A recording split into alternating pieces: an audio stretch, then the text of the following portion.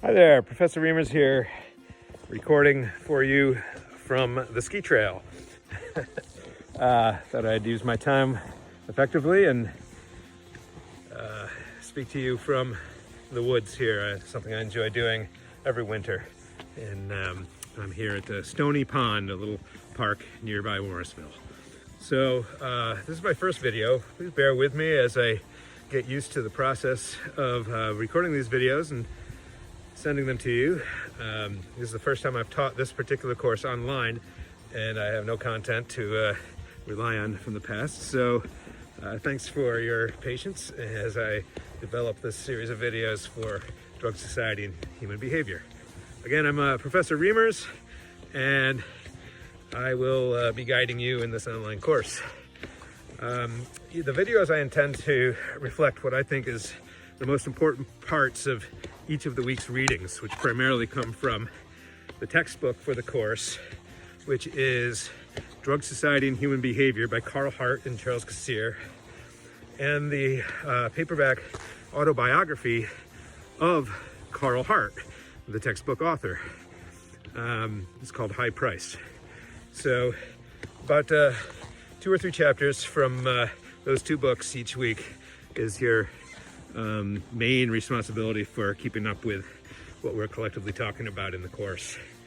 So I want this video series to be a reflection of what I think, again, is the most important parts of each of those readings, and I will continue along with the next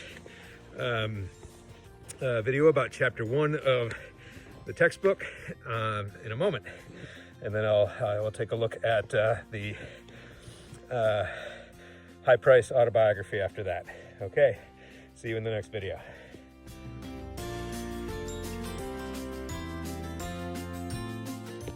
I think one of the most important parts of the textbook in chapter 1 about drug use in modern society is the question of whether drugs are good or bad. Depending on your own experience and your own life knowledge, you may have different answers to that. What the author, Hart, says essentially is that they're both. Of course, as many things are. There are different ways in which we can recognize the good and bad ways in which people use drugs, or good or bad outcomes at least. So we want to recognize the variability in that answer. Another aspect of drugs is that they have multiple effects on us, and that individuals may experience different drug effects differently depending on who they are. There's a lot of individual variability in how a drug might affect someone. And so, keeping those points in mind, Hart and Cassier go on to discuss different terms regarding drugs and drug use, particularly social and psychological aspects. They define drug abuse, drug dependence, deviant drug use, and so forth.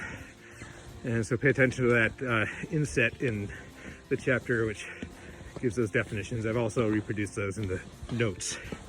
So one of the main points there I think is important to take away is that drug abuse is not the same thing as drug dependence, and they are not necessarily coexistent. A dependent drug user does not necessarily, in fact, abuse drugs, nor does a drug abuser necessarily become dependent. So separate those 2 things in your mind. Finally, there's a section on how we know about drug use, and there are 2 surveys in particular I think you should pay attention to.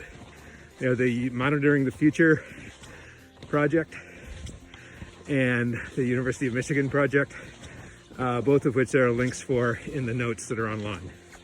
There's also a 3rd resource I think you should be aware of, and that's the SAMHSA, Substance Abuse. I forget the rest of the acronym. SAMSHA I believe, and you just type that into Google, you'll find it quickly and easily. It's a resource about a lot of aspects of understanding drugs and drug use on a wide scale, a national scale. So those surveys can tell us a lot about drug use. They've been done frequently and for a long time, and we've worked around some of the issues of getting information, like, for example, why when you ask somebody, are you using drugs, they often lie. So sociologists are pretty clever about recognizing those facts and getting around them. So the final part of the chapter examines correlates of drug use, and remember, correlates are not causes. They're simply facts that go along with other facts. There are risk and protective factors. Some risk factors being difficulty in the family, mental health issues. But again, these are correlates, not causations of drug use.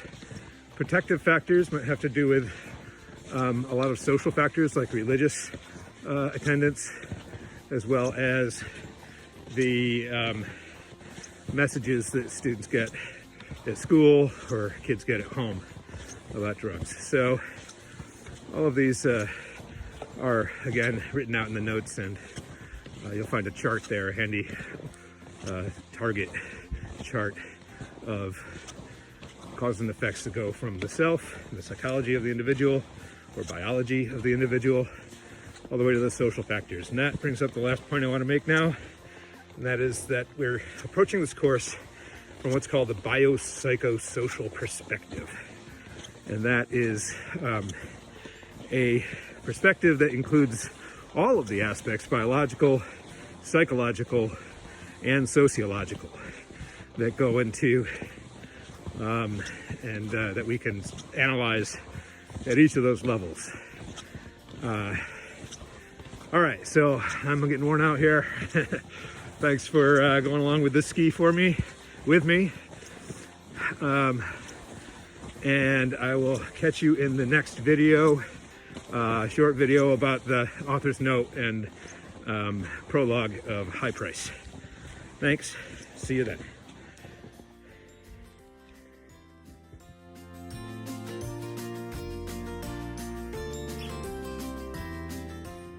Hello, just done with my ski, back home in front of the fire. Just wanted to give you a review of my take on the author's note and prologue from the High Price book by Carl Hart. Again, the author of your textbook as well. And this is a story of his life. He talks a little bit about his life in that introduction. His newfound son Tobias appears at his door, and he worries about his past as a reminder in a way of his own past, growing up in poverty and on the street, essentially, in Carroll City, Miami Gardens, near Miami, a suburb of Miami. He says, importantly, that his experience going from the streets to becoming an Ivy League professor at Columbia University was transformative in a way which allowed him to utilize the critical thinking skills that he developed in college and throughout his graduate school career to allow him to see drugs differently, in a sense, than we do normally and from a lay perspective. His embracing of the science behind drugs and his actual performance of that science in the laboratory, as he describes with his experiments on crack cocaine users, is part of that transformation that he goes through that is told throughout the rest of the book.